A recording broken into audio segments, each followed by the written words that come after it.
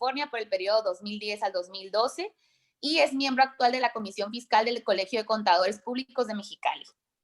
Pues no me cabe nada más que darle la bienvenida de nuevo al licenciado Gustavo Sánchez y ahora sí que estamos, como dijeron en un principio, ¿no? Estamos listos para aprender un poquito más de sus amplios conocimientos en temas fiscales. Bienvenido, licenciado. Gracias, Paola, gracias. Antes que nada, manifestarles mi agradecimiento a esta invitación que se me hacía para estar hoy con ustedes, amigos, compañeros de la NADE. Tenemos un gran cariño por nuestra asociación, muy en particular, que me tocó estar prácticamente en los primeros años que se fundó ANADE Baja California, y a lo largo ya prácticamente de estos 33 años que tengo de pertenecer a NADE, el participar nuevamente, regresar con ustedes al litigio y a todo lo que es la área profesional, después de haber estado un tiempo en la función pública, me da mucho gusto estar nuevamente con mis amigos y compañeros de la NADE Baja California para platicar un poco de estos temas de carácter fiscal. Así que gracias por la presentación inmerecida y empezamos con mucho gusto estos temas que hoy tienen que ver con lo que sin lugar a dudas estaremos enfrentándonos en el 2021 y en los siguientes años venideros, por lo menos en tanto esté el actual gobierno federal. Esta plática que vamos a tener, ciertamente el título lo dice todo, ¿no? Una fiscalización agresiva que se está ya vislumbrando por parte del gobierno federal para poder prácticamente recaudar aquellos ingresos que tiene previsto el gobierno federal. Y esto lo digo porque baste ver que el presupuesto de egresos que para el 2021 aprobó la Cámara de Diputados es un 8-9% mayor al presupuesto de egresos de 2020. Y digo esto porque los miles de millones de pesos que se están previendo en incrementos tributarios, pues no hay que ser egresado de Harvard para entender de dónde van a salir cuando ni hay impuestos nuevos, ni hay aumento de tasas a los impuestos actuales. Luego entonces, al no haber impuestos nuevos, ni incremento de tasas a impuestos ya existentes, pero se está previendo un incremento en la recaudación nacional, es evidente que en gran parte esto se está esperando por parte del gobierno federal obtenerlo a través de lo que hemos llamado una fiscalización agresiva. Y cuando uno ve las reformas publicadas en materia de Código Fiscal de la Federación, que hoy veremos el día de hoy en los siguientes minutos, uno se da dando cuenta que efectivamente las reformas van tendiente a lograr esta fiscalización, repito, que llamamos agresiva. Pediría por favor que pasáramos a la primera filmina, por favor, del material. Y con esto abrimos una reforma del artículo 5º, 6º párrafo del Código Fiscal de la Federación, de la llamada norma antiabuso. Ustedes lo saben, hace años se reformó este artículo 5A, se adicionaba un artículo 5A, hoy se reforma, donde se han venido estableciendo los efectos que las autoridades fiscales, entiéndase auditores, autoridades fiscales, le van a dar a aquellos actos jurídicos que realizan los contribuyentes. Ustedes lo saben, esta norma antiabuso da desde hace años la posibilidad de que el fisco interprete, determine el alcance que tenga un contrato celebrado por un contribuyente o entre dos contribuyentes, si la herencia que dejaste, el legado, la compraventa, etcétera, el fisco determinará el alcance y el efecto fiscal que tendrá, jurídico y fiscal, que tienen los actos jurídicos que realicen los contribuyentes. Hasta el año pasado, este artículo 5A de Código Fiscal establecía expresamente que los efectos que las autoridades fiscales, los auditores, le den a los actos jurídicos no tendrían consecuencias de orden penales. Esto es, sino solamente de orden impositivos, de cobro de impuestos. Ahora se reforma el artículo 5A, 6º párrafo, para establecer diametralmente lo distinto, algo distinto, diferente. Esto es, ahora sí dice, los efectos que las autoridades fiscales le determinen a los actos jurídicos que realicen los contribuyentes Se van a determinar las contribuciones, los accesorios, y se agrega una leyenda que dice sin perjuicio de las investigaciones y responsabilidades penales que den origen a esos efectos. Esto es la amenaza velada y clara que el fisco establece ahora diciendo aquellos efectos que yo le dé a tus actos jurídicos y que a mi juicio generen el incumplimiento de contribuciones fiscales, las voy a determinar ahora sí sin perjuicio de lo que te pueda pasar penalmente. Por eso decimos pues que hoy habrá una fiscalización agresiva al grado tal de que se reforma este artículo 5 como avisando sobre aviso no hay engaño. Yo te lo estoy avisando. Una cosa es que determine impuestos a mi juicio que has omitido y otra serán las acciones penales fiscales que se deriven, y aquí es lo más delicado, de la interpretación que yo le dé a los efectos jurídicos de los actos que ha realizado tu contribuyente.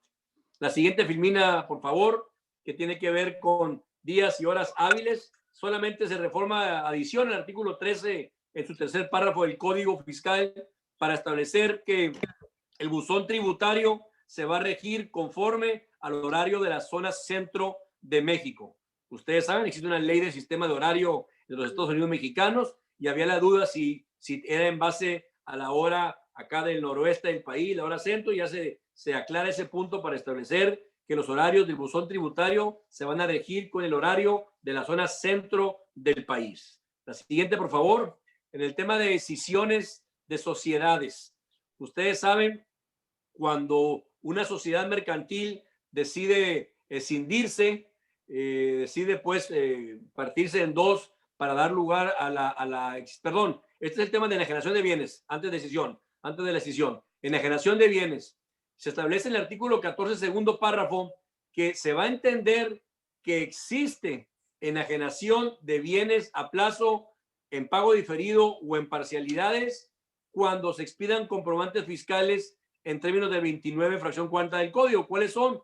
Cuando el contribuyente no cuenta con un RFC y se debe señalar en todo caso la clave genérica que le establece el SAT. En esos casos se va a considerar que hay enajenación de bienes a plazo en pago diferido. La siguiente, ahora sí, de la escisión de sociedades.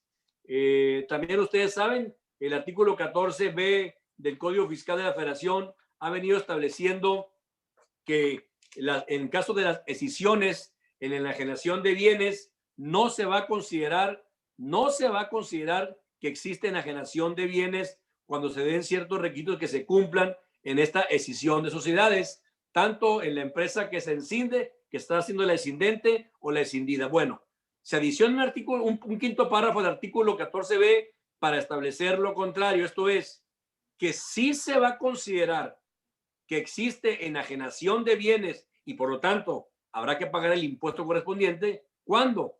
Cuando como consecuencia de la transmisión de todo o parte de los activos, pasivos, el capital, en fin, todo aquello que surja, tanto en la empresa escindente o en la escindida, cuando en ello surja un concepto o una partida cuyo importe no se encontraba registrado o reconocido en cualquiera de las cuentas de capital contable del estado de posición financiera del escindente o de la escindida y que hubiera sido aprobado por la Asamblea General de Socios, en esos casos no estará exenta la enajenación de bienes. Esto es, pues, se considerará que sí hubo enajenación de bienes y por lo tanto generará el pago del ingreso, del impuesto, perdón, que se dé por motivo de esta escisión de sociedades por no haber tenido, por haber encontrado o descubierto un concepto partida no registrada. La siguiente, por favor.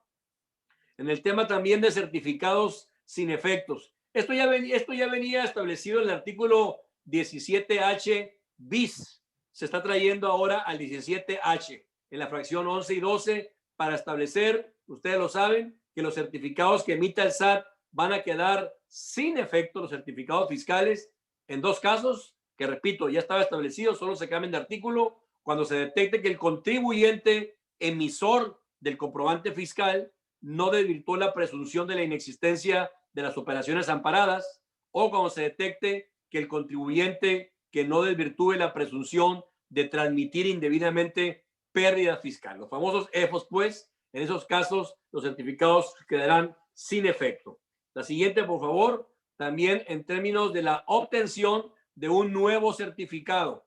Se está reformando el artículo H, sexto párrafo del código, para ampliar el plazo. ¿Cuál plazo? Se está estableciendo que los contribuyentes a los que se les haya dejado sin efecto el certificado con el sello digital y que hubieran promovido el procedimiento que ustedes conocen, el procedimiento para subsanar las supuestas irregularidades que detectó la autoridad mediante la resolución que emite, a partir de esa resolución que dicte la autoridad, se va a conceder mediante buzón fiscal y en un plazo máximo de 10 días contados a partir de que se reciba la solicitud. Esto es, el fisco determina dejar sin efecto un certificado de sello digital, emite una resolución al contribuyente avisándole que sus sellos digitales han quedado sin efecto, y a partir de que se notifique mediante buzón fiscal esa resolución, la autoridad contará con un plazo máximo de 10 días para emitir una resolución a la solicitud del contribuyente para que le reactiven sus certificados. Antes el plazo era de 3 días, se está ampliando ahora a 10 días el plazo que tendrá el fisco para darle respuesta a la solicitud del contribuyente para que le reactiven sus certificados fiscales. La siguiente también, esto es en términos de la restricción temporal de certificados. También se está reformando el artículo 17H bis del Código Fiscal para establecer que a los contribuyentes a quienes se les haya restringido temporalmente el uso del sello digital podrán presentar, ojo, en un plazo no mayor de 40 días hábiles, la solicitud de aclaración donde van a poder aportar las pruebas que a su derecho convengan. Cuando se vence el plazo de 40 días hábiles sin que el contribuyente hubiera presentado la solicitud de aclaración, entonces la autoridad fiscal va a proceder a dejar sin efecto los certificados de sello digital. Así que pues, plazo máximo de 40 días hábiles para presentar la solicitud de aclaración cuando se dé la cancelación de certificados de manera temporal. La siguiente tiene que ver con el tema del buzón tributario. Se reforma también el artículo 17K del Código para establecer que a través del buzón tributario las autoridades fiscales podrán no solamente llevar las acostumbradas notificaciones, requerimientos y demás información que tradicionalmente le llegaba y le llega a los contribuyentes a través del buzón fiscal, sino también va a poder mandar, y se agrega esta frase, mensajes de interés. Y ahorita en las siguientes reformas que vamos a ir viendo, ya ustedes se van a poder dando cuenta a qué tipo de mensajes de interés se está refiriendo esto que el fisco va a poderle enviar a los contribuyentes ahora a través del buzón tributario. Ya no solamente las notificaciones de alguna resolución, ya no solamente los requerimientos de pago, sino te puedo enviar unos mensajitos de interés. Ya, repito, veremos mensajes con los cuales si le llegan, pues evidentemente habrá mucho insomnio para contribuyentes con estos mensajes de interés que ahora van a poder llegar a través del buzón y ahorita vamos a comentarlos en las siguientes reformas. Adelante la siguiente. Solicitud de devoluciones. Se está adicionando el artículo 22, quinto párrafo, para establecer que se tendrá por no presentada la solicitud de devolución cuando el contribuyente o el domicilio que manifestó el contribuyente ante el RFC no sea localizado. Hace una solicitud de devolución, el fisco va a notificarle al contribuyente y el contribuyente no es localizado, o el domicilio que manifestó en su RFC tampoco es localizado. En esos casos se establece que se tendrá por no presentada la solicitud de devolución. Ojo, en estos casos no se considerará como gestión de cobro que interrumpa la prescripción de la obligación a devolver. Como ustedes saben, el fisco tiene una obligación de devolver en 5 años y esa solicitud de devolución de cantidades a favor del fisco prescriben a los 5 años, pero cada vez que el contribuyente intente la solicitud se interrumpe el término de prescripción de 5 años. Bueno, dice esta reforma, si tú presentas una solicitud de devolución y el fisco te busca y no te encuentra, o el domicilio que diste a conocer no está localizable, ni modo. Yo tendré por no presentar tu solicitud de devolución, pero los 5 años que tengo para devolverte no se truncan. No se considera solicitud, gestión de cobro, y seguirá corriendo el plazo de 5 años para que pierdas el derecho a la solicitud de devolución. Como decíamos, fiscalización agresiva, puro para acá, como si fuera asadón, puro para el fisco, para que pierdas el derecho a solicitar una devolución en todo caso. La siguiente, Filmina, que tiene que ver con también la verificación de la procedencia de la devolución. Se reforma el 22D en su fracción cuarta y sexta del Código Fiscal para precisar que si existen varias solicitudes del mismo contribuyente, solicitudes de devolución de saldos a favor, por ejemplo, si hay varias solicitudes del mismo contribuyente respecto de una misma contribución, la autoridad fiscal podrá ejercer facultades de comprobación, esto es, auditoría, por cada una de las solicitudes. Y hoy se precisa esto porque ha habido una serie de criterios de tribunales donde se establecía que si las solicitudes eran respecto de la misma contribución y el mismo ejercicio, en todo caso se llevaba a cabo un acto de fiscalización. Ahora se reforma el código para decir no, por cada vez que te agarre valor contribuyente a pedirme devolución de cantidades a favor, cada vez que te envalentones y quieras pedir solicitud de devoluciones, bueno, por cada solicitud yo tendré derecho a iniciarte un acto de fiscalización por cada una de las solicitudes. Así sea el mismo impuesto del mismo ejercicio, si hiciste tú la solicitud varias veces durante el año, igual número de auditorías te podré estar iniciando para revisar la procedencia o no de esa solicitud. Se establece que la resolución que emita la autoridad al término del plazo que tiene para el ejercicio de las facultades de comprobación debe emitirse y notificarse el contribuyente en un plazo no mayor de 20 días hábiles. Hasta el año pasado eran 10 días, ahora el fisco está aumentando al doble el plazo que tiene para emitir en todo caso la resolución. La siguiente, por favor, que tiene también que ver con las facultades de la autoridad fiscal. Aquí está lo que comentábamos hace rato, el artículo 33 del código se está reformando para establecer que las autoridades fiscales podrán prestar asistencia gratuita tanto a contribuyentes como a ciudadanos. Y uno pudiera pensar, bueno, pues todo el mundo tendrá acceso a la autoridad fiscal. Sí, nada más que acuérdense ustedes que el año pasado, cuando vimos también tema de algunas reformas fiscales, se abría también la figura del ciudadano que puede ir al fisco a denunciarle a contribuyentes. Un ciudadano que no es contribuyente, que no tiene relación de negocio con un contribuyente, pero puede ir con el fisco a decirle, oye, yo me he enterado de esto, yo he escuchado esto, dicen que ese contribuyente hace esto. Eso el año pasado se previó. Esto es, las personas que podían dar información al fisco. Ahora se establece, pues, que también le van a poder dar esta asesoría a los ciudadanos que se acerquen al fisco. Segundo punto, se establece que la autoridad podrá informar al contribuyente sobre posibles consecuencias de no cumplir con las disposiciones fiscales. Hace rato les comentaba que a través del buzón fiscal te van a poder llegar ahora mensajes de interés. Bueno, aquí está un ejemplo de esos mensajes. Ahora el fisco ya te podrá informar a través del buzón fiscal las posibles consecuencias a que te vas a enfrentar, que puedes tú sufrir por no cumplir con las obligaciones fiscales. Esto, amigos, no se llama más que terrorismo fiscal, punto. Esto no es más que una amenaza velada. Yo te voy a estar mandando mensajitos de las consecuencias que a mi juicio tú puedes caer por no estar cumpliendo con las disposiciones fiscales.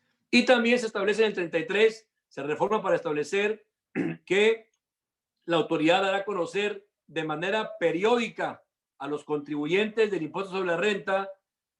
Y vean nomás qué lindura de reforma. Te voy a poder informar, contribuyente del ICR, los parámetros de referencia con respecto a la utilidad, a los conceptos de deducciones, a tasas efectivas del impuesto que declaran otros entidades, y entiéndase, contribuyentes, otras figuras jurídicas que obtengan ingresos similares en base a tu sector económico o industrial al que perteneces. Si eres una fábrica de calzado, si eres una ferretería, si eres un abogado, etcétera, te voy a dar a conocer a través del buzón fiscal de esos mensajes de interés que ahora ya te pueden llegar, pues yo nomás te quiero decir que hay un abogado, hay una empresa que se dedica a lo mismo que tú, fabrica muebles como tú, tiene un número similar de empleados como tú, y está declarando diferente a ti, ¿eh? Nomás te quiero decir que los parámetros de referencia que hoy tengo respecto a la utilidad que tu competencia económica, tu competencia comercial, la utilidad que él me reportó, los conceptos deducibles que él me reportó, las tasas que él estableció, están muy diferentes a las tuyas, ¿eh? Nomás te quiero decir, nomás te quiero comentar, contribuyente, que me estoy dando cuenta de eso. A esto estamos pues hablando de esta agresiva reforma que evidentemente va tras el tema de la fiscalización. La siguiente también, que tiene que ver con las facultades de la autoridad fiscal, el mismo artículo 33 establece que la autoridad podrá establecer la difusión de la información que se hará con la finalidad de medir el riesgo impositivo, y el SAT informará al contribuyente cuando detecte posibles riesgos sin que esto se considere un inicio de facultades de comprobación. El fisco podrá, repito, difundir la difusión de información que se hará con la finalidad de medir el riesgo impositivo, y el SAT le va a informar al contribuyente cuando exista posibles riesgos. Te estoy informando, contribuyente, y hasta eso que dicen ahí, miren qué benevoliosos. No te preocupes, no se trata de que sea ya esto una auditoría, no lo voy a considerar como una revisión, nada más va a ser una especie de, te estoy viendo, nomás para que sepas, te estoy informando que yo veo un riesgo impositivo en lo que me estás tú declarando. Y te estoy informando, contribuyente, cuando detecte esos riesgos que estoy viendo. Estoy viendo movimientos en tus cuentas bancarias, estoy viendo operaciones de compraventa con tus clientes, estoy viendo deducciones que antes no miraba. Bueno, nada más te digo, contribuyente, a través del buzón, que para mí estoy aquí olfateando posibles riesgos, contribuyente. No te preocupes, no es una auditoría la que te estoy iniciando. Nada más quiero que sepas que te estoy viendo. Por eso la reforma anterior, que a través del buzón podrán llegar ahora mensajes de interés. Pues sí, de interés para el fisco, porque para el contribuyente es puro no dormir con todo este tipo de mensajes. Y el SAT establece esta reforma, podrá enviarle como consecuencia de todo esto propuestas de pagos o declaraciones ya prellenadas, comunicados para informarle inconsistencias o comportamientos atípicos del contribuyente. Yo estoy detectando esto, yo estoy viendo esto, y pues mira, aquí te envío una propuesta de pago, aquí te envío una declaración, ya inclusive te aligeré el trabajo, aquí te va la declaración ya prellenada, nomás ve y págala. ¿En base en qué? Bueno, pues en que yo estoy detectando riesgos, estoy haciendo parámetros, estudios por separado, sin que sea una revisión, y yo estoy llegando a la conclusión de que estás pagándome mal. Esto, sin lugar a dudas, es una circunstancia que, repito, a todas luces tiene que ver con una agresiva fiscalización por parte de la autoridad. La siguiente, las medidas de apremio, que también ustedes conocen. Se está reformando el artículo 40, fracción tercera, para establecer que el aseguramiento de bienes o de negociaciones también podrá efectuarse, ojo, en contra de terceros relacionados con el contribuyente. Y aquí está lo más inconcebible de la antijuricidad, en base a las reglas que da a conocer el SAT. ¿Cuál certeza jurídica? Esto es, oye, contribuyente, yo sé que tú eres un tercero relacionado de este otro contribuyente, por ejemplo. Yo sé que tú eres proveedor de este contribuyente. Y ahorita que estoy revisando a este contribuyente, me estoy dando cuenta de alguna información que tiene que ver contigo, tercero relacionado. ¿Por qué tercero? Porque eres proveedor o porque eres cliente del que estoy fiscalizando. Y me estoy encontrando con algunas cosas que a mí no me están cuadrando. Y por lo tanto, ya tengo la autorización a partir del 2021 de poder venir a embargarte tu empresa, tercero del contribuyente revisado, o sea, un proveedor o un cliente. Vengo a embargarte tus bienes, tu negociación, en contra de ti, tercero relacionado con el contribuyente. Oye, ¿y en base en qué me vas a embargar? Ah, bueno, mira, las reglas de cómo embargarte y demás, etcétera, luego las vamos a dar a conocer a través del SAT. Ahí estate pendiente de la resolución miscelánea. Oye, espérame. Me estás hablando de que vas a afectar mi patrimonio, mis cuentas bancarias, mi maquinaria mediante un aseguramiento provisional, un embargo, y las reglas para saber cómo, cuándo, etcétera, me las vas a dar a conocer a través de un manual administrativo que se llama resolución miscelánea. Permíteme, tú no puedes afectarme mis bienes si no están en el cuerpo de ley establecido el por qué, el cómo y el alcance. Porque si no es así, me dejas en un evidente estado de indefensión. Por eso consideramos que esta reforma es a todas luces inconstitucional en ese sentido. La siguiente, por favor. El aseguramiento precautorio que estábamos hablando. Se reforma el artículo 40A para establecer que el embargo precautorio, el aseguramiento pues de bienes y de negociaciones, ahora incluye, como decíamos ya, pues a los terceros relacionados con el contribuyente. Ese aseguramiento con terceros relacionados se podrá practicar hasta por una tercera parte del monto de las operaciones o actos que haya tenido con el contribuyente. Estoy revisando un contribuyente y tu proveedor que le has vendido o tu cliente que le has comprado, que eres un tercero relacionado, estoy yo encontrando cosas raras, te voy a embargar por lo pronto, tercero relacionado, la tercera parte de las contribuciones omitidas por el contribuyente. Si al contribuyente le encontraron 10 millones de pesos de omisión y el fisco considera que el tercero relacionado con ese contribuyente tiene algo que ver con esa omisión, le va a poder embargar precautoriamente bienes, cuentas bancarias, etcétera, hasta por la tercera parte de los 10 millones. Esto es 3 millones de pesos. Hasta esa parte te voy a poder afectar tu patrimonio. Del embargo precautorio se establece que se va a realizar, que se realice, se levantará una acta circunstanciada, debiendo de entregar copia con quien se entienda la diligencia. Antes se establecía que era con el contribuyente, ahora con quien esté y con quien se entienda la diligencia. Siguiendo con el tema, la siguiente, del aseguramiento precautorio, ustedes saben, ha existido siempre un orden, la siguiente filmina, por favor, ha existido siempre un orden en los bienes que se aseguran por parte del fisco. Cuando el fisco llega a embargar bienes, al aseguramiento de bienes, desde siempre el Código Fiscal, artículo 40A, establece el orden en que el fisco puede afectar o embargar bienes del contribuyente. A la izquierda, en esta tabla, este comparativo, a la izquierda ustedes podrán ver cómo era hasta el año pasado. Si llegaba el ejecutor del fisco, lo primero que tenía que embargar, si había, eran bienes inmuebles.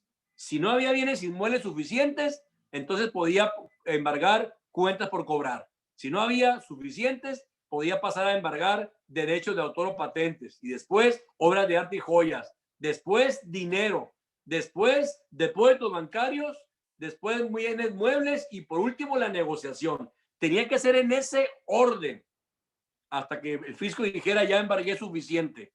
Fíjense ahora cómo para el 2021 lo primero que va a embargar son las cuentas bancarias. Lo que antes estaba a la izquierda en sexto lugar, ahora se va a primer lugar. Ya no voy a batallar. Voy a embargarte tu dinero en tu cuenta bancaria. Vámonos. Ya no voy a pasar, ya no voy a recorrer el camino hasta el año pasado de bienes inmuebles, cuentas por cobrar, derechos de autor, obras de arte, de dinero, hasta llegar a cuentas bancarias. No. Ahora lo primero que te voy a embargar son cuentas bancarias o inversiones. Vámonos, rápido. Congelamiento de cuentas. Después vendrán cuentas por cobrar, luego vendrá dinero, luego vendrán bienes inmuebles, muebles, la negociación, derechos de autor y obras de arte. Cambian pues el orden de manera anversa prácticamente, y ahora lo primero sobre lo cual se van a ir es por efectivo, es por liquidez del contribuyente. Tus cuentas bancarias, tus cuentas por cobrar, tu dinero. Las tres primeras es la liquidez del contribuyente. Siguiente, por favor. Y terminando pues en el tema del aseguramiento precautorio, también se establece en el artículo 40, se adiciona este artículo para prever que cuando el contribuyente sea sancionado en 2 o más ocasiones por oponerse a que le inicien una auditoría o prácticas o facultades de comprobación, en esos casos podrá llevarse a cabo un embargo precautorio sobre sus depósitos bancarios. Oye, ya hemos venido 2 veces a intentarte auditar, las 2 veces te has opuesto o has escondido, lo que sea, no has permitido que inicien las facultades de comprobación. Como es la segunda vez que venimos y te nos escondes, cierras la empresa, lo que sea, en automático ya no tengo que esperar iniciar la auditoría. En automático me voy a embargar tus cuentas bancarias. Punto. El aseguramiento, ¿cómo se va a hacer? Ese aseguramiento de cuentas bancarias. El aseguramiento de los depósitos bancarios se va a formular por parte del fisco de la petición a la Comisión Nacional Bancaria. Una vez que reciba la Comisión Nacional Bancaria la petición por parte del fisco, la Comisión Nacional Bancaria tendrá 3 días para ordenarle al banco correspondiente que practique el aseguramiento de las cuentas del contribuyente. Y a su vez el banco tendrá 3 días para realizar el aseguramiento de las cuentas bancarias e informarle en esos 3 días siguientes a la Comisión Nacional Bancaria que ya efectuó el aseguramiento del monto que el fisco le pidió. Si se fijan, pues, en prácticamente 9 días, el fisco le pide a la comisión le pide al banco, el banco congela cuentas y le informa a la comisión. Todo en 9 días, en una semana pasaditas, las cuentas podrán quedar totalmente congeladas. La siguiente, por favor. Y en base a este congelamiento de cuentas, también se reforma el artículo 40A para establecer que los bancos en ningún caso podrán negarle al contribuyente la información de qué autoridad ordenó el aseguramiento. Ustedes saben, durante muchos años batallábamos mucho porque el banco se negaba prácticamente a dar la información de quién había pedido el congelamiento de cuentas, qué autoridad era, por qué concepto era. Ahora se establece como un derecho del contribuyente que el banco le informe que ya le congelaron sus cuentas y le diga qué autoridad ordenó o solicitó el congelamiento. El aseguramiento de bienes o de negocios también se tendrá por efectuado desde el momento en que se haga el embargo precautorio.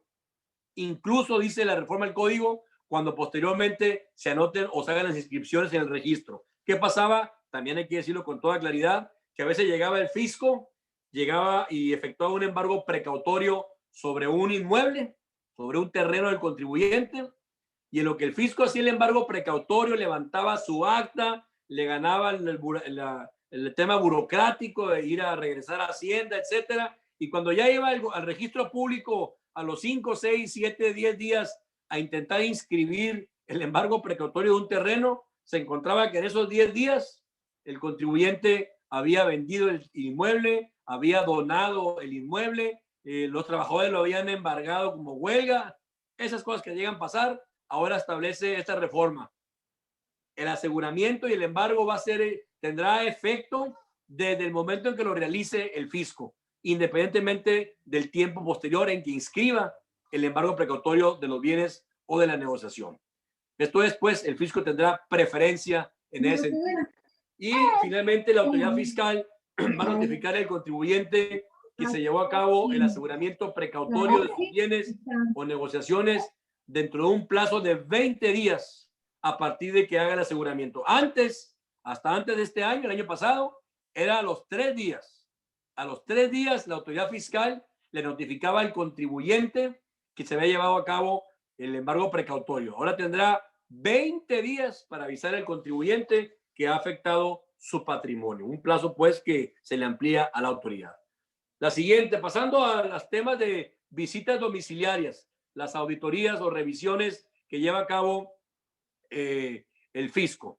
Se establece que el visitado o los testigos, si se niegan a firmar el cierre del acta o se niegan a aceptar copia de la misma, se va a sentar esta circunstancia en el acta y esto va a ser, tendrá la consecuencia, pues, de que no quede sin efecto o perjudique la validez. Si no quiere firmarla el testigo, no quiere firmar el contribuyente, etcétera, se va a sentar esa circunstancia en el acta sin que esto afecte la validez de la propia acta de inicio de visita domiciliaria. La siguiente, también en materia de visitas domiciliarias, se reforma, adiciona en el artículo 46, una adición para establecer que los visitadores tendrán la facultad de valorar los documentos obtenidos de terceros en el desarrollo de la visita, quedando a su juicio la idoneidad y el alcance de los documentos. Si llega una revisión a un contribuyente y el fisco se hace de una información de terceros, proveedores, clientes, y ojo, porque aquí también incluye ya vecinos, inclusive vecinos de cualquier información, etcétera. Esa información, dice los auditores, la van a poder valorar a su juicio, lo idóneo y el alcance que tengan los documentos que manifiesten se hicieron de ellos por terceros que aportaron información en la revisión que están llevando con un contribuyente. La siguiente, por favor, Filmina, que tiene que ver con la revisión secuencial del dictamen. Ustedes saben, los contadores públicos autorizados para poder llevar a cabo el dictamen fiscal. Se está reformando el artículo 52A del Código para establecer que cuando se trate de esta revisión del dictamen del contador público, la exhibición de los papeles de trabajo que tenga que hacer el contador público, se precisa que son propiedad del contador, pero también se precisa que tendrá la obligación el contador público de comparecer ante la autoridad fiscal a fin de realizar aclaraciones pertinentes. Otra vez, una reforma donde le dicen, oye, contador, tú que estás llevando a cabo dictámenes fiscales, yo normalmente venía revisando al contribuyente su dictamen fiscal y al contribuyente le hacía las observaciones y tú con tu cliente pues ahí me iban contestando. Ahora no. Ahora, si bien es cierto, los papeles de trabajo son tuyos, contador público certificado, ahora de aquí en adelante tú vendrás conmigo cuando yo te esté citando que comparezcas, independientemente que venga o no venga tu cliente. Ahora te quiero a ti sentado aquí conmigo, contador. Fiscalización agresiva y sobre todo amenaza sin duda alguna. La siguiente, por favor, el plazo para proporcionar libros e informes. Recuerden ustedes que hay diferentes plazos dependiendo del tipo de documento que tendremos que proporcionarle al fisco.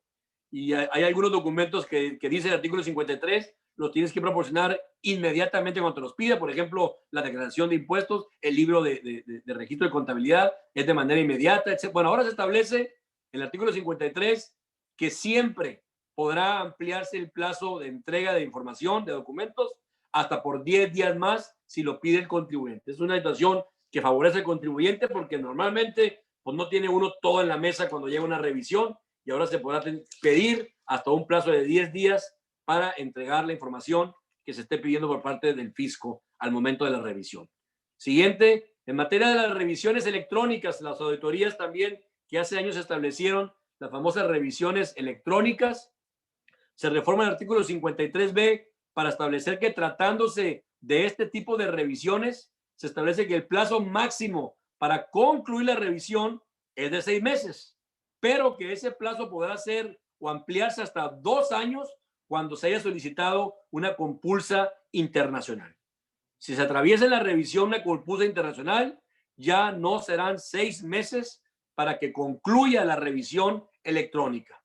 Podrá irse hasta 2 años abierta la auditoría cuando, repito, hubo necesidad de pedir una compulsa de manera internacional.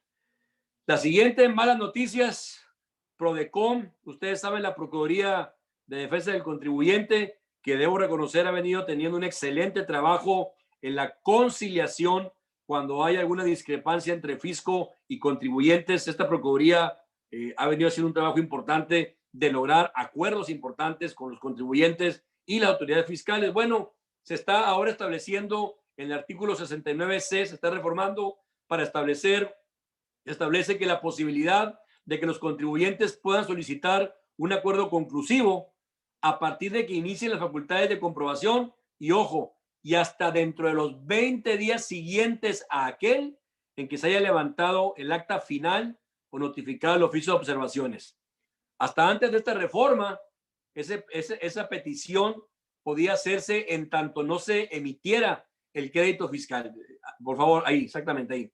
Esto es, iniciaba la revisión, la auditoría, acta de inicio, se levantaban actas parciales, actas complementarias, se levantaba la última acta parcial si era visita domiciliaria directa o el oficio de observaciones era una revisión de gabinete, y hasta en tanto no se emitiera la resolución que fincaba un crédito, el contribuyente tenía derecho de pedirle a Prodecon un acuerdo conciliatorio. Bueno, ese derecho existe pero ahora se achica la posibilidad de pedirlo. Ahora tendrás 20 días después de que te notifique el acta final. Ya no te voy a esperar hasta que te finque el crédito. Así que tendremos ahora un plazo perentorio de 20 días, levantada la última acta parcial, para pedir la intervención de la Prodecon. Adelante. Se está también reformando el artículo 69C para decir que en los siguientes casos no habrá posibilidad de llegar a un acuerdo conclusivo a través de Prodecon. ¿Cuándo? Cuando se trate respecto de auditorías que tengan por motivo verificar la procedencia de la devolución de saldos a favor o pago lo indebido. Fíjense nomás, si te metes a pedir saldos a favor, o yo reviso, más bien, si yo te reviso una auditoría y tenía que ver sobre saldos a favor, ya no podrás acudir a conciliación con Prodecon. Dicho al revés, más te vale mejor no pedir saldos a favor, porque si pides saldos a favor o me dices que pagaste de más y pides devoluciones y voy y te reviso y te encuentro que hay algo mal, ya no se va a poder llegar a un acuerdo con Prodecon. Esto es, te voy a fincar el crédito y te vas o a juicio o me pagas. Pero ya la Prodecon, en este tipo de revisiones que se traten sobre devolución de saldos a favor o de pago lo indebido, ya no procede a ir ante Prodecon. Segundo caso, cuando sean auditorías que se estén realizando por compulsas a terceros, lo que hablábamos hace rato. Tercero, respecto de actos derivados del cumplimiento de una resolución y sentencia. Si yo te hice una auditoría, te finqué un crédito, te fuiste a juicio de nulidad o hasta el amparo y no lo ganaste, ya no vengas ahora a pedir que Prodecon entre para llegar a un acuerdo de pago en parcialidades y demás. No, ya no. Por haberte peleado, por haber tenido la osadía de haberte ido a buscar impartición de justicia en tribunales, pierdes ahora el derecho, perdiendo el juicio, de ir ante Prodecon. Repito, son solo disposiciones que intimidan al contribuyente a tomar decisiones en ese sentido.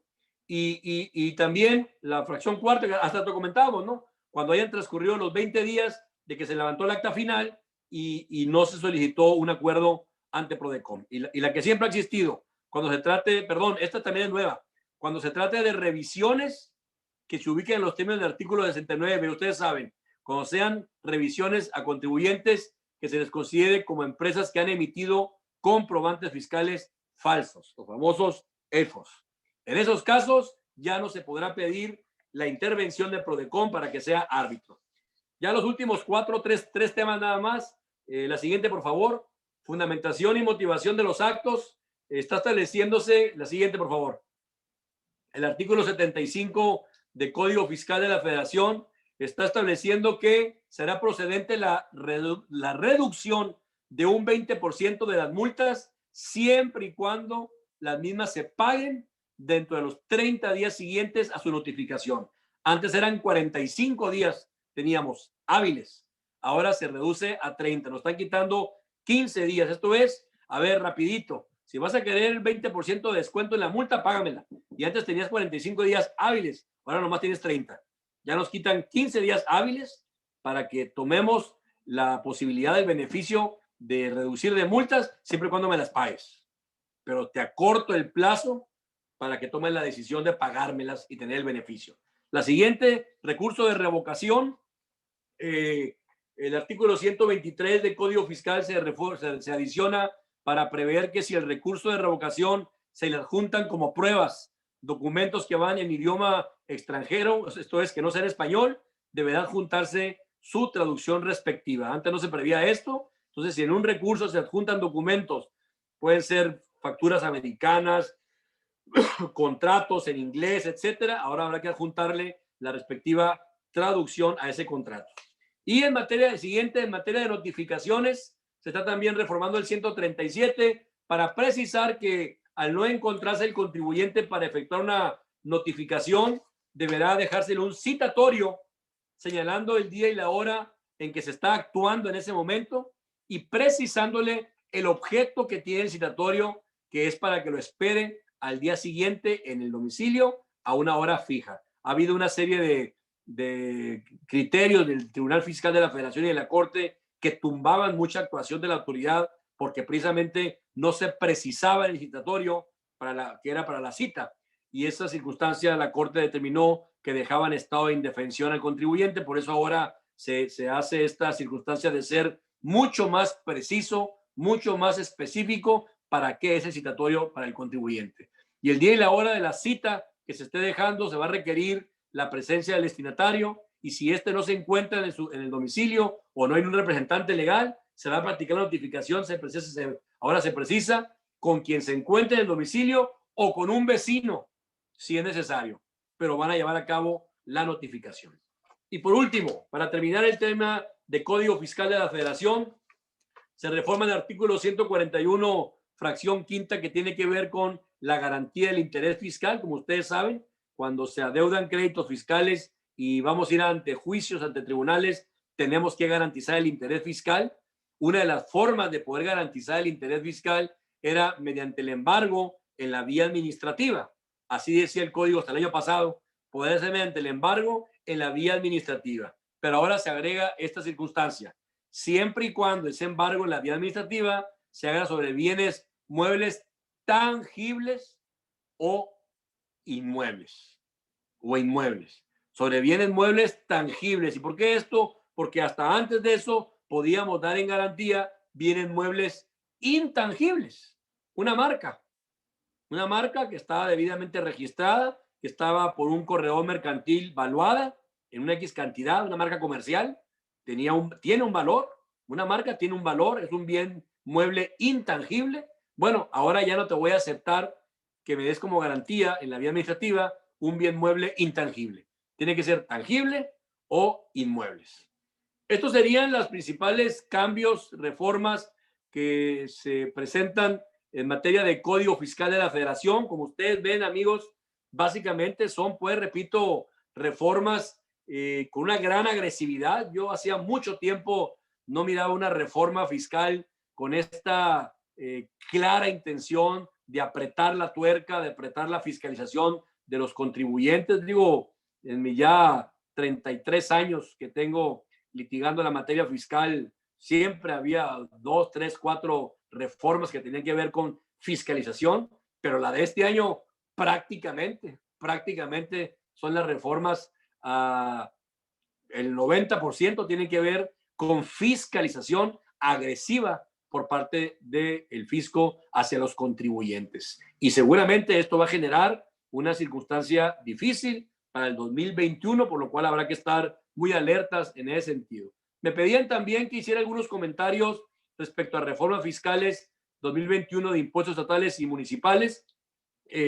Rápidamente, no hay gran material en cuanto que no hubo muchas reformas. La siguiente, por favor. Tanto en el Estado, el Congreso del Estado aprobó la Ley de Ingresos y el Presupuesto de Egresos para 2021. Sí, aquí está un comparativo de la Ley de Ingresos 2020, 60,000 millones de pesos, y para 2021 están esperando 65,000 millones de pesos para Baja California.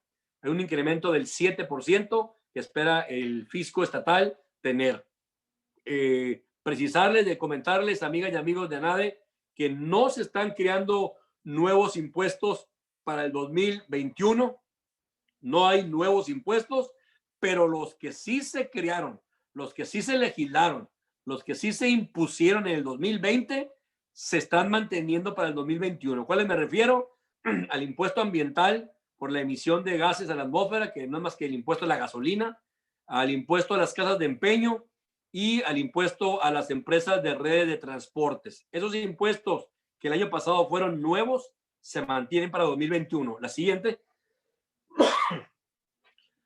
También comentar que no se están incrementando las tasas de los impuestos actuales, pero se están manteniendo los incrementos que sí se efectuaron en el 2020. Esto es, el año pasado se incrementó la tasa del impuesto para juegos con apuesta. Bueno, se mantiene igual para 2021, aumentada la tasa que el año pasado se aumentó. Se aumentó también la tasa el año pasado al impuesto sobre remuneraciones al trabajo personal. Se está manteniendo ese aumento que hubo el año pasado para 2021. Se aumentó la tasa el año pasado, el impuesto sobre servicios de hospedaje, se está manteniendo para 2021. ¿Y por qué hago esta énfasis de impuestos legislados en el 2020, nuevos, o tasas aumentadas a impuestos que ya existían. Y para el 2021, ¿por qué lo digo? Porque esperábamos, amigas y amigos analistas, que hubiera por lo menos una reconsideración ante este terrible panorama de orden económico por el que está pasando Baja California. Esperábamos por lo menos alguna reconsideración en tasas, alguna reconsideración en el alcance impositivo por parte del gobierno del estado, y hasta el día de hoy no hay publicado, no conocemos decreto alguno que en este tipo de impuestos esté o reduciendo la tasa temporalmente en tanto pasa esta pandemia de salud y esta sindemia económica, porque también está hoy los efectos siendo terribles en materia económica para los contribuyentes en Baja California. Lo único que sí se está haciendo, y uno diría, oye, pues qué consciente los diputados y el gobierno del estado de haber derogado el impuesto adicional para la educación media y superior. Ustedes saben que ese impuesto tradicionalmente había existido, que era un impuesto adicional denominado para la educación media y superior. No es que hayan sido bondadosos ni generosos, lo tuvieron que hacer porque el año pasado la Suprema Corte en jurisprudencia determinó que era inconstitucional que existieran impuestos sobre impuestos. Y el impuesto adicional para la educación media y superior, que se cobraba sobre algunos derechos fiscales y otros impuestos, la Corte declaró en jurisprudencia que eran inconstitucionales y por eso fue eliminado ya esta contribución para el 2021 en ese sentido. Y la siguiente, en términos de derechos fiscales, solamente se crea un nuevo capítulo para el cobro de los derechos para el Instituto de la Movilidad Sustentable, el transporte público. Como ustedes saben, el transporte público que venía siendo manejado, administrado por los gobiernos municipales y que a mi juicio así debió haber continuado en términos del artículo 115 constitucional, y porque prácticamente estaba entregado a los municipios la administración, vigilancia, etcétera, del transporte público. El actual gobierno del estado echa atrás una reforma que se hizo hace veintitantos años, cuando era el gobernador, si no mal recuerdo, el licenciado Héctor Terán. Él entregó a los municipios con una reforma que propuso al Congreso para que los municipios, en términos del 115, se hicieran responsables en cada municipio del transporte público, cosa que es evidente y lógica porque cada municipio tiene realidades distintas en el transporte público. Bueno, este gobierno del estado le da marcha atrás a eso, crea un instituto de la movilidad sustentable y ahora el estado dice, vénganos tu reino, yo soy el que voy a sentarme a platicar de aquí en adelante con los transportistas, ¿verdad? Ya se imaginarán las pláticas y se crea todo un derecho de cobros fiscales para el transporte público en la ley de ingresos del estado. Los derechos de agua sufren incremento, tanto el derecho de agua comercial y el derecho de agua industrial se están incrementando en un promedio de un 3.5% en Mexicali, Tijuana y Rosarito, 2% en Tecate y 10% de aumento comercial e industrial en Ensenada. Sube los costos del agua. Y por último, para los amigos que nos están escuchando de Tijuana, la siguiente, por favor. En la ley de ingresos del municipio de Tijuana se está estableciendo y previendo un cambio en la tasa del impuesto sobre adquisición de inmuebles, el ISAI.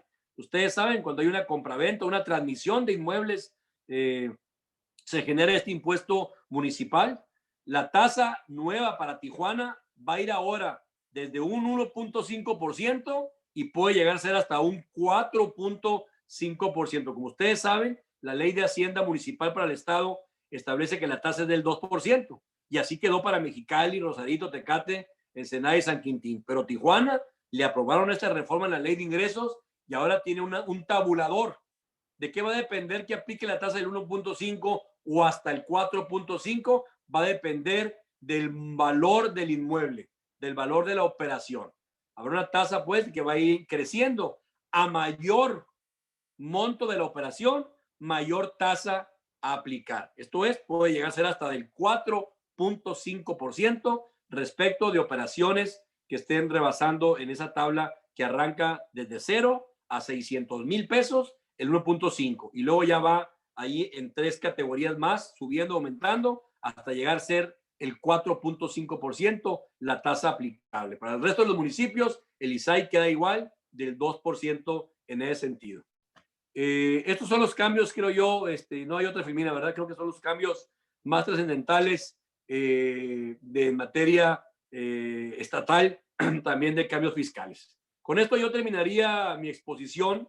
Perdón si me pasé un poquito de los 45, 50 minutos que tenía, pero son los cambios, a mi juicio, a nuestro juicio, más importantes, más trascendentales que en materia de código fiscal, repito, fiscalización agresiva por parte de esta reforma que nos receta el actual Congreso de la Unión, reformas aprobadas en el Congreso de la Unión por una mayoría que hoy se tiene del mismo partido del presidente de la República. Creo que ahí hay muchas reformas que, repito, van a ser controvertidas por amparo, sin lugar a dudas, pero finalmente esa es la reforma que aprobó el actual Congreso de la Unión en el país y también los cambios estatales que aprobó el Congreso de Baja California. Con esto yo terminaría mi intervención, nuevamente agradeciendo la invitación que se me hizo para estar hoy con ustedes en esta plática. No sé si hubiera alguna duda, pregunta, entremos a algún proceso de respuestas. Como ustedes gusten, yo quedo a sus órdenes. Gracias por el tiempo prestado. Lic, buenas noches. ¿Qué tal, Ricardo? Buenas noches. Pues muchísimas gracias por la exposición, Lic. Pues digo, yo que no sé si dudas nos haya quedado ninguna, pero preocupaciones muchas con todo este tema que hay. A pesar de ser abogados de empresa, pues es un tema muy casual y todo el mundo lo escucha ahorita. Hay unas preguntas, Lic, que hicieron aquí en el chat. Adelante.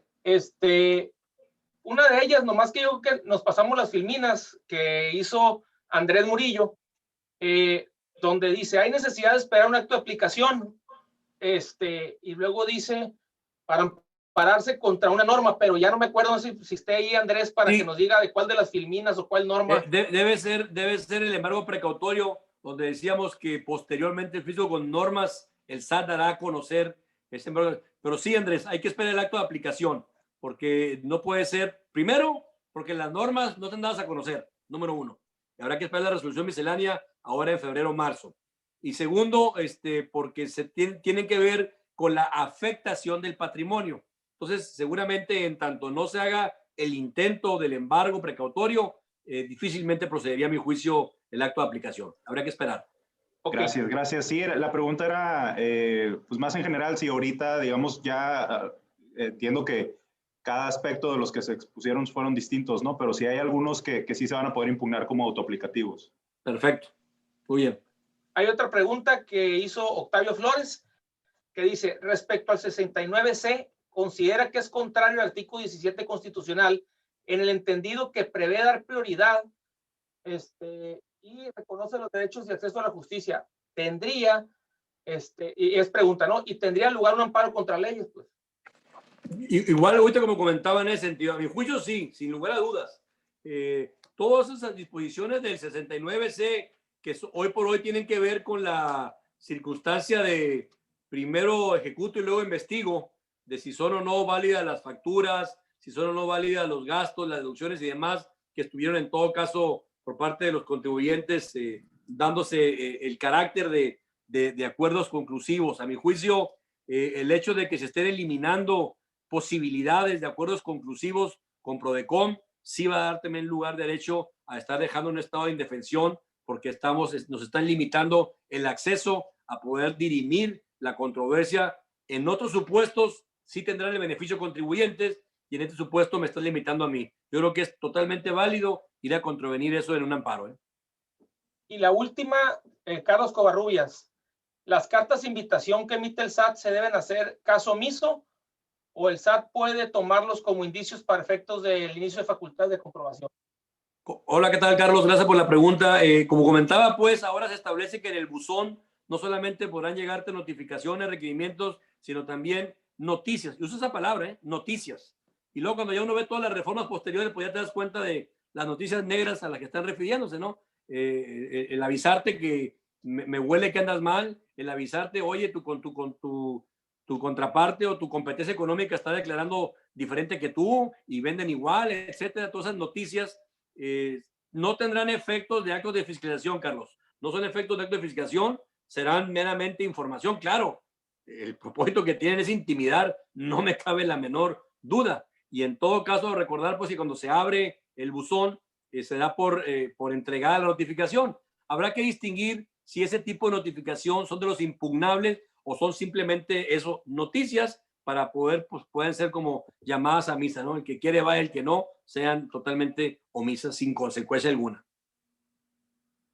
Pues serían todas las preguntas.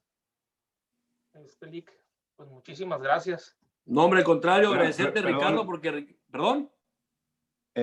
Buenas tardes, Lick. Nada más ahí insistir en mi pregunta porque no me quedó claro ahí la respuesta. O sea, se está previendo ahorita si algunos de estos elementos se van a poder impugnar como autoaplicativos o todo pareciera heteroaplicativo. No, yo creo que algunos pueden ser autoaplicativos por la pura publicación solamente, pero en aquellos que tienen que ver con la afectación a patrimonio, congelamiento de cuentas y demás, en ese tipo de descripción, de hipótesis, a mi juicio, sí hay que esperar, en todo caso, el acto de autoridad para impugnarlo. No puedes ir a ampararte contra un posible embargo precautorio que algún día me puedan hacer. Claro. Sabemos que en materia penal eso sí procede, ¿no? Ante la posible detención ilegal que hagan, pero en este caso, por ser materia administrativa, sería muy complicado en ese sentido, a mi juicio, Andrés. Muchas gracias, excelente ponencia. Gracias, Andrés, muy amable. Lick, creo que tuvo un problemita Paola, se desconectó. Ok. No, sin problema, sin problema. No, yo solamente agradecerles a todos ustedes, amigos, que hoy estoy viendo que están casi 40 conectados. Les agradezco mucho que se hayan tomado el tiempo. Quiero yo reconocer y aprovechar para felicitarlos por este impulso importante que se le ha dado a la NADE. Cuando yo me afilié a la NADE en 1987, algunos de ustedes tuvieron nacer, yo creo, yo me afilié a NADE en el 87, aquí en Baja California, 88, si no mal recuerdo.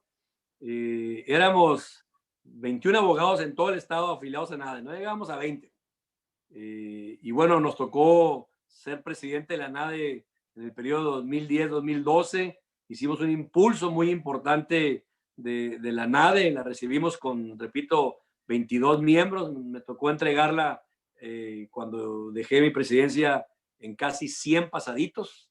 Le hicimos un impulso muy fuerte de que abriéramos la NADE a tanto talento que hay en Baja California de la abogacía, y me da mucho gusto que hoy por hoy andemos ya en 160 miembros de la NADE. Alguna vez algunos expresidentes me decían, Gustavo, es que si abres mucho la NADE, como que ya somos casi 100 o pasados 100, si éramos 20 nada más.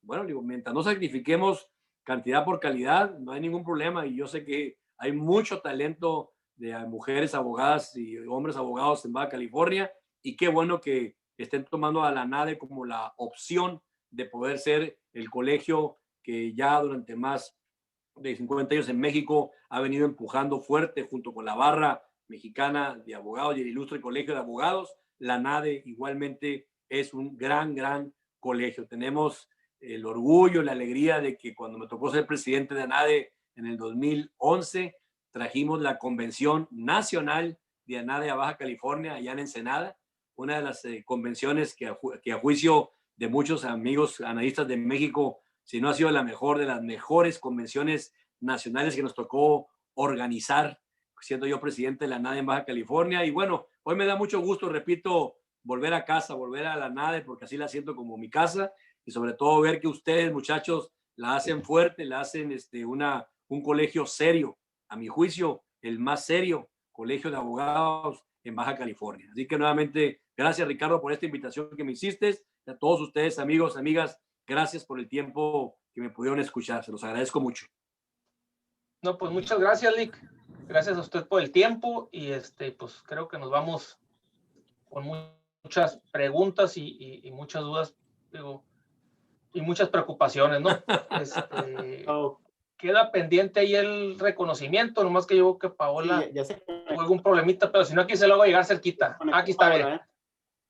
No hay problema, no hay problema. Ahí. Aquí estoy, nada más el video no sé qué le pasó, pero sí me están escuchando, ¿no?